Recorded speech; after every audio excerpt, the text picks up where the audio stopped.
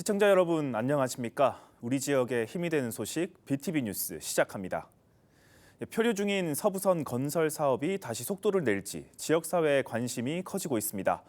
김영호 국회의원은 꺼진 불씨를 다시 살렸다며 올해 안에 민투심 통과가 가능성이 있다고 내비쳤는데요. 김대우 기자가 김영호 의원을 만나 서부선 추진 상황과 전망을 짚어봤습니다.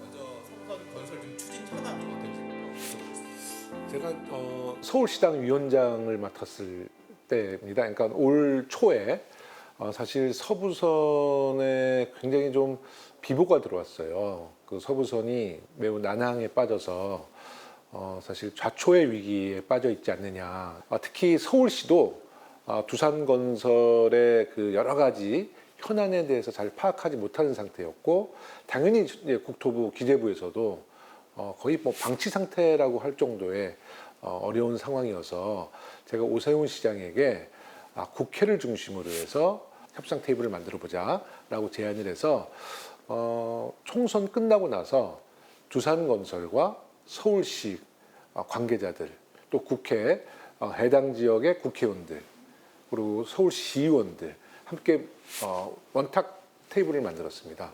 그리고 오늘 현재까지 총 3차례 서부선 우리 꺼져가는 불씨를 다시 살릴 수 있는 협상을 시작하게 됐죠. 내부적으로 사실 공개하지 못하는 사정들이 있어서 제가 속 시원하게 말씀을 못 드리지만 우리 서부경전철은 꺼진 불씨는 다시 타오르고 있다. 좀 희망적인 말씀을 전해드릴 수 있을 것 같습니다. 네. 지금 물가가 너무나 상승했고 원자재가 폭등을 했잖아요. 그래서 그 서울시와 그 기재부와 두산건설이 예정했던 이 사업비가 이 서부선의 착공이 지연됨으로써 사업비가 너무나 더 급상승한 거예요. 그러니까 사업자의 입장에서는 사실 수익 사업으로서는 매우 절망적인 상황이 된 것이고요. 그래서 두산건설은 건설 출자자들을 확보하고 민투심을 신청하겠다는 입장이었어요. 우리 국회 입장은 민투심이 통과돼야만이 출자자들도 더 많이 모이고 이 사업의 안정성이 있을 것이다. 이런 이제 의견의 충돌이 있었던 것이죠. 1차 회의, 2차 회의, 3차 회의. 일단은 민투심을 통과시키고 출자자를 국회도 함께 도와서 더 많이 확보해서 이 사업의 안정성을 도모하자는 이 우리 국회 의견을 아마 두산건설에서도 지금 긍정적으로 검토하고 있다고 저는 전해 들었습니다. 만약에 이제 두산건설이 결단을 하면 민투심이 12월 정도에 통과돼야 됩니다. 민투심 심사가 12월 달에 있을 예정이거든요. 민투심이 통과되면 실시협약은 바로 그 다음 단계이기 때문에 실시협약 체결이 저는 가능하다고 보는 거거든요. 네. 그러니까 이제 지금 제일 중요한 거는 민투심 통과 이후에 실시협약. 그 기간은 그리 길지 않다. 이런 말씀까지 드릴 수 있습니다.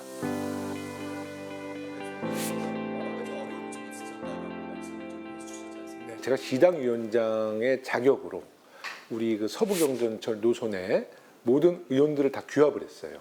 사실 우리 두산건설에 좀 상당히 이 사업에 대한 불확실성에 대한 좀 공포가 있었거든요.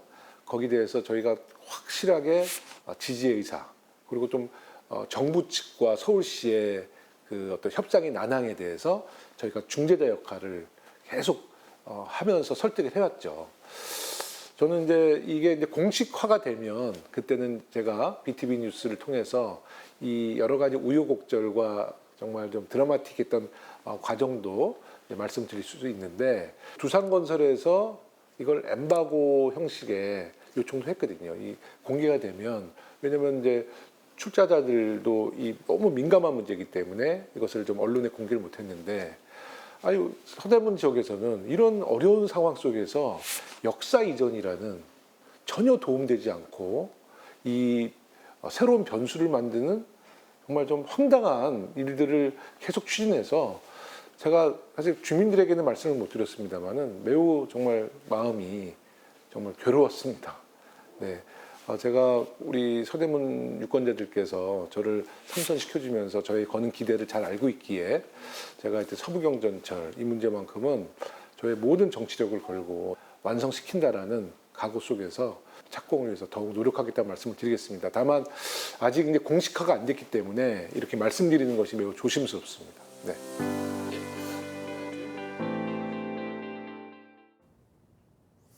강북구의회가 진행한 도시관리공단 행정사무조사가 사실상 마무리됐습니다. 이 과정에서 공단 측 증인은 단 한 사람도 출석하지 않았는데요. 결국 경영상 문제점에 대한 증언이 일방적으로 쏟아졌는데 강북구 도시관리공단은 이번 조사 자체가 부당하다는 입장입니다. 앵커 리포트입니다. 직장 내 괴롭힘과 평가 조작, 10건이 넘는 법적 분쟁 등 각종 논란과 의혹이 불거진 강북구 도시관리공단. 결국 구의회가 행정사무조사 특위를 구성하고 자체 조사에 들어갔지만 공단 측은 이사장을 비롯한 핵심 증인들이 단 한 차례도 출석하지 않았습니다. 본 행정사무조사의 궁극적인 목적은 도시관리공단이 직면한 여러 문제점의 사실관계를 논하는 장을 마련하여 국민들에게 알림으로써 도시관리공단의 운영이 다시 원활해지도록 함에 있습니다. 그러나 오늘 또한 신승동 이사장님과 팀장님들은 참석하지 않으셨습니다. 결국 전체 조사 과정에서 노조원을 비롯한 참고인들만 출석했습니다. 여기선 앞서 알려진 각종 문제점들을 비롯해 도서 사전 검열 의혹 등 공단 운영의 전반에 대한 증언이 쏟아졌습니다. 희망도서에서 사지 말아야 할 책이 있는데 첫 번째로 산 게 뭐냐면 조국 그리고 민정수석실, 메디치라는 출판사에서 한 거를 가장 먼저 샀다라고 이야기하시면서 정치적으로 이런 책은 사주면 안 된다라고 발언하신 바 있습니다.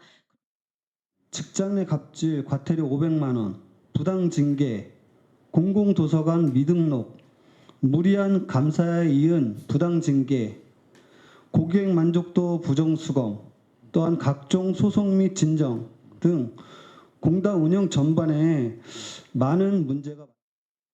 이 밖에 보복성 인사, 급여 지연이자 미지급 등 새로운 의혹들에 대한 증언도 다수 이어졌습니다. 단 근로기준법에서 정한 급여를 늦게 줄 경우에는 20%의 이자를 붙여주게 되어 있는데 그거를 안 준 것이죠.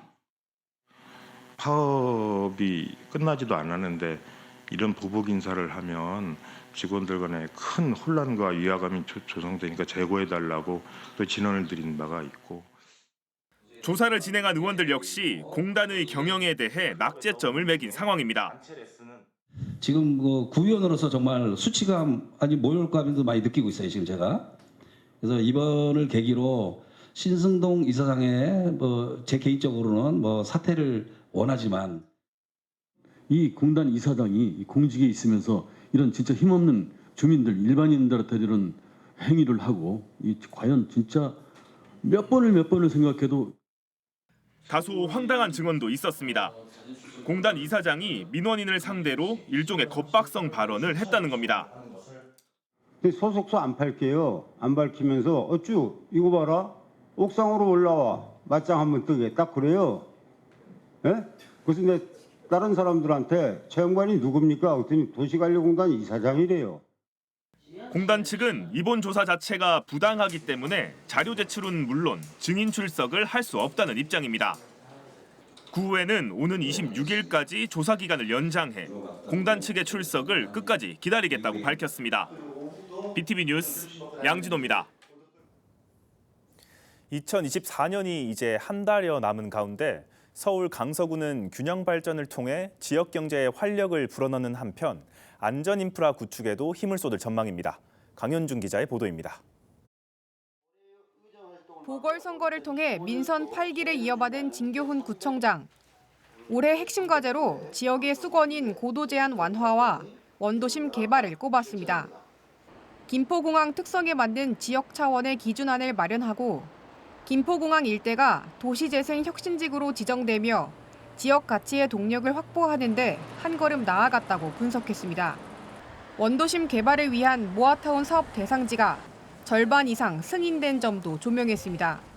모아타운은 사업 대상지 10곳 가운데 7곳이 승인 고시되었으며 김포공항 일대 35만 평방미터에 달하는 지역은 도시재생 혁신지구로 지정되면서 첨단 산업 중심의 경제활력 도시 개발을 위한 본격적인 발판을 마련하기도 하였습니다. 내년엔 미래경제와 안전 안심 도시를 중심축으로 행정을 펼칠 전망입니다. 먼저 균형 발전의 최대 현안인 고도 제한 완화는 서울시와의 공동 협력을 통해 사업의 속도감을 높인다는 구상입니다. 새로운 지역 기준안이 정부 개선안에 우선 반영될 수 있도록 촉구한다는 계획도 세웠습니다.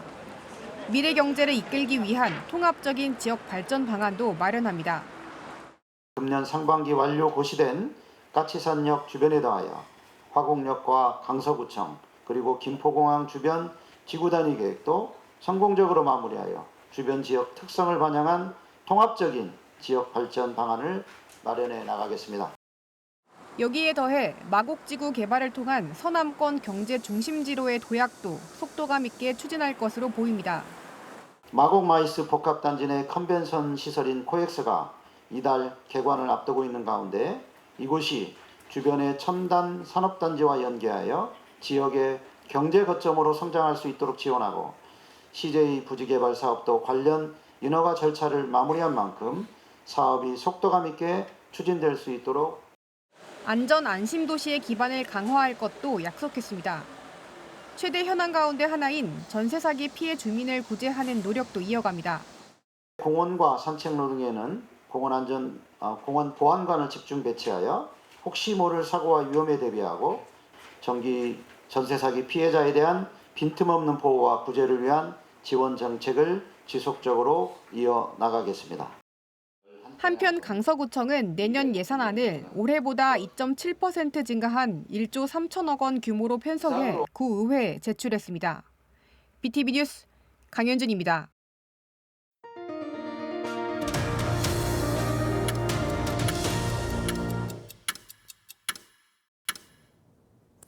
평소 손편지 얼마나 쓰시나요? 사람과 사람을 잇는 편지는 가장 오래 사용된 통신 수단입니다. 이 유래와 함께 문해력 향상 교육을 운영하는 도봉구 편지문학관이 주목받고 있습니다. 강혜진 기자가 취재했습니다. 서툰 한글이지만 정성스레 마음을 담아 쓴 손편지. 70년대 국민학교 3학년 학생이 담임 선생님께 감사 편지를 쓴 내용입니다.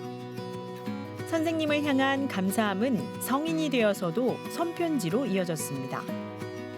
아동 작가이자 시인 신현득 선생님이 제자들에게 받은 손편지를 기증한 겁니다.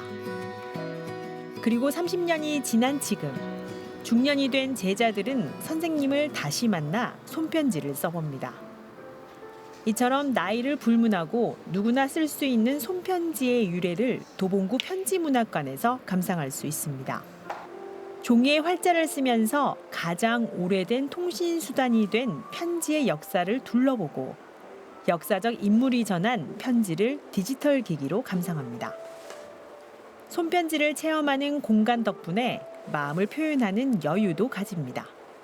핸드폰에 연락처는 많은데 정작 이제 마음을 터놓고 얘기를 할 수 있는 사람이 없잖아요. 근데 편지문학관에서 오셔가지고 전시실을 구경하고 편지를 쓰실 수 있는 공간이 따로 마련이 되어 있는데요. 그곳에서 이제 자신을 좀 돌아보고 주변 사람들도 돌아보면서 살면서 쉼표를 찍을 수 있는 공간이지 않을까 싶습니다. 통신 기술의 발달로 시작된 타자도 직접 쳐봅니다. 손편지에 이어 아날로그 방식의 통신 정보와 디지털 미디어에 접목한 미디어 아트형 편지까지 글을 통해 마음을 표현하는 편지의 매력을 다시 상기시켜줍니다. 저는 매년마다 친구들 생일 때 한 번씩 써주는 편이라서 주고받기도 하면서 약간 좀 자주 쓰는 편이라고 할 수 있을 것 같아요.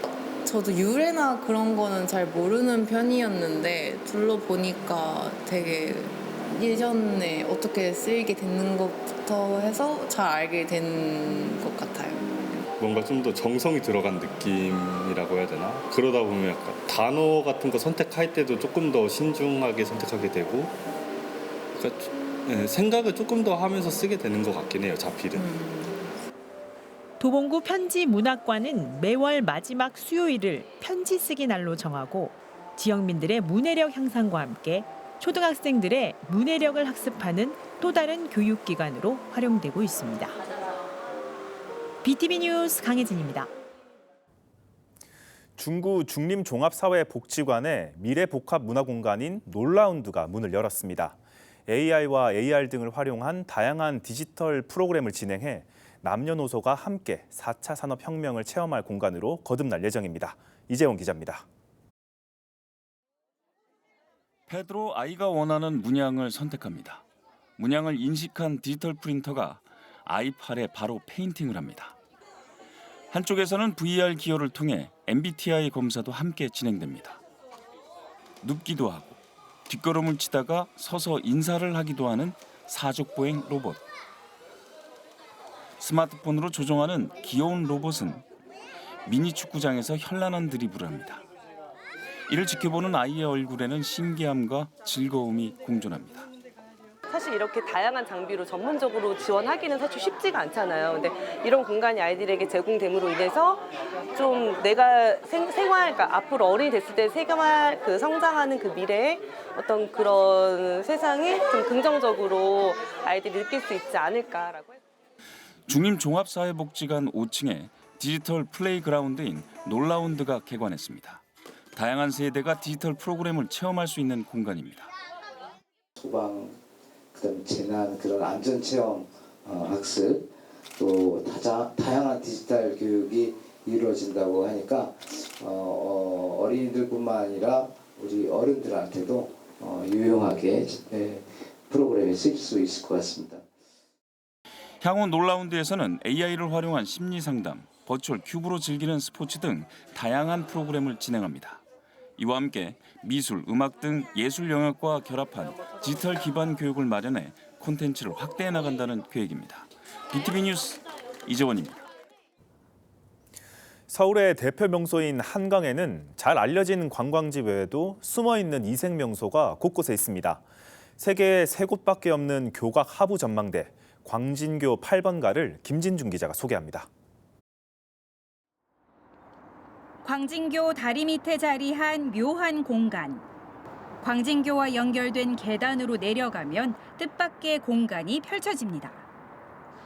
탁 트인 한강뷰를 조망하며 빈백에 앉아 대화도 나누고 한강 상하류는 물론 올림픽 대교를 비롯한 잠실 롯데타워까지 만나볼 수 있습니다. 광진교 8번가는 관람객들에게 나만 알고 싶은 힐링 공간으로 자리하고 있습니다. 되게 풍경이 좋고요. 그리고 약간 카페 분위기도 좋고 그리고 되게 힐링되는 그런 시간을 보낼 수 있는 게 좋을 것 같습니다. 이렇게 좋은 뷰가 있을까? 그런 거. 너무 뷰가 좋은 것 같아요. 많은 사람들이 알지 못하기 때문에 이렇게 사람이 북적대지 않아서 참 좋다 했는데 또 그것도 제 욕심이고 이왕이면 이렇게 좋은 장소니까 많은 사람들한테 알려줬으면 좋겠어요. 강화 유리가 깔린 전망대 바닥 위에서는 물 위에 떠 있는 듯 색다르면서도 재미있는 경험을 해볼 수 있습니다. 2009년 개장한 광진교 8번가는 국내 유일의 교각 하부 전망대입니다. 지난 2021년 3,500여 명이 방문했던 광진교 8번가는 방문객이 꾸준히 증가하며 올해 11월 3만 명을 넘어섰습니다. 평일과 달리 주말에는 앉을 공간이 없어 대기해야 할 정도. 광진교 8번가는 월요일을 제외하고 화요일부터 일요일까지 오후 12시부터 저녁 6시까지 무료로 이용할 수 있습니다. 올해 운영은 11월 말까지 이루어집니다. 서울시는 광진교 8번가를 세계적인 관광 명소로 만들기 위해 내년에는 라운지 공간을 확장하고 시설물을 개선한다는 계획입니다. BTV 뉴스 김진중입니다.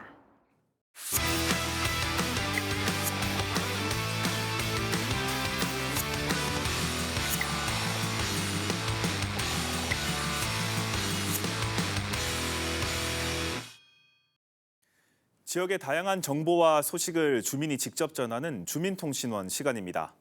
초고령 사회인 요즘 아프지 않고 건강하게 노년을 맞고 싶은 건 우리 모두의 바람입니다. 강북구에서는 동네마다 걷기 모임들이 있어 건강도 다지고 친목도 도모하여 건강한 노년을 맞는 노력들을 한다고 합니다. 저희 주민통신원이 걷기 모임 현장에 다녀왔는데요. 강북구를 담당하는 운현선 통신원을 화상으로 연결해 자세한 이야기 들어보겠습니다. 운현선 통신원 나와 계십니까? 네, 안녕하세요. 운현선입니다. 네, 반갑습니다. 매주 새벽에 건강체조와 걷기 운동으로 건강을 다지는 모임이 있다고요. 소개 부탁드립니다. 네, 강북구는 천혜의 자연을 품고 있는 자연 도시입니다. 북한산 둘레길, 북서울 꿈해수, 오동 근린공원 등 걷기 좋은 길들이 많습니다. 그래서 강북구에는 12개의 동네마다 걷기 동아리 모임들이 있습니다. 그중에 함양동 걷기 동아리팀을 찾아갔습니다. 함양동 걷기 동아리 모임은 매주 토요일 새벽 7시 솔샘 중학교에 모여 리더가 하는 건강체조를 15분간 한 후에 걷기 운동을 1시간 정도 하면서 건강을 다진다고 합니다. 함양동 걷기 동아리 리더 강신희 님의 말을 들어보겠습니다. 자, 우리 삼양동은요, 모두가 엄청 건강들 하세요. 그래서 솔샘 중학교 운동장에서 기초 운동을 하고, 그 다음에 둘레길로 가서, 그 다음 거기에서 서로가 나들이 카페라는 게 있어요. 그래서 거기에서 각자 쌓은 만찬을 하고 헤어집니다. 오늘 이렇게 좋은 시간 우리가 함께해서 삼양동 다시 한번 화이팅하고 마치도록 하겠습니다. 삼양동 화이팅! 삼양동 걷기 동아리에는 어떤 분들이 참여하셨는지도 궁금합니다. 네, 삼양동 걷기 동아리 모임에는 삼양동이나 주변 동네에 사시는 어르신들이 참여하시는데요. 보통 7, 8년 이상 참여하신 분들이라 돈독한 친목을 자랑합니다. 회원중에는 국가 유공자로 6.25 전쟁 참전 용사분도 계시고 다양한 분들이 함께 모여 도약 같은 걷기 운동을 하시고 계시는데요. 회원 중에 최고령자이신 올해 87세 되신 오봉환 어르신께 이 모임에 참석하시는 일을 들어보았습니다. 또 여러분들이 엄청 많이 챙겨주세요. 그러니까 그 기쁜 마음으로 항상 토요일 되기를 기다려져요. 그냥 젊은 되찾는 그런 기분이에요. 소화도 잘 되고 대인 관계도 좋고 그래가지고 어디 가서 남한테 빠지지 않게 노력하고 있어요. 네, 걷기 동아리 회원들과 일반 시민들이 함께 걷는 행사도 있었다고 들었습니다. 네, 동기별로 하는 행사 중 가장 큰 행사였던 우리 함께 걸어요 행사를 참여해 보았습니다. 강북구 12개동 걷기 동아리 회원들과 서울 시민들이 우이동 솔밭 근린공원 광장에 모여 우리 함께 걸어요 행사를 진행했는데요. 약 800여 명의 걷기 동아리 모임과 시민들이 함께했습니다. 우이동 솔밭 근린공원에서 시작을 해서 하이드 국립묘지 전망대 그리고 근현대사 기념관을 돌아 다시 솔밭 근린공원으로 돌아오는 1시간 30분 코스를 시민들이 각 동네 동아리별로 걷기를 진행했는데요. 가족들이 함께하는 모습들 그리고 동아리 모임 등 다양한 시민들이 걷기를 하며 깊어가는 가을산을 만끽하는 모습이 아주 보기 좋았습니다. 지금까지 운현선 주민통신원과 강북구 걷기 모임에 대해 알아봤습니다. 수고 많으셨습니다. 네, 고맙습니다. 저희가 준비한 소식은 여기까지입니다. 다음 시간에도 지역에 힘이 되는 소식과 함께 찾아뵙겠습니다. 시청해주신 여러분 고맙습니다. BTV 뉴스를 더 많이 보고 싶으시다면 여기 구독 버튼을 눌러주세요. 추천 영상도 누르면 바로 재생됩니다. 또 다양한 서울 소식을 보고 싶으시다면 휴대폰에서 가지 앱을 다운로드해보세요. 저희 BTV 뉴스를 시청해주셔서 감사합니다.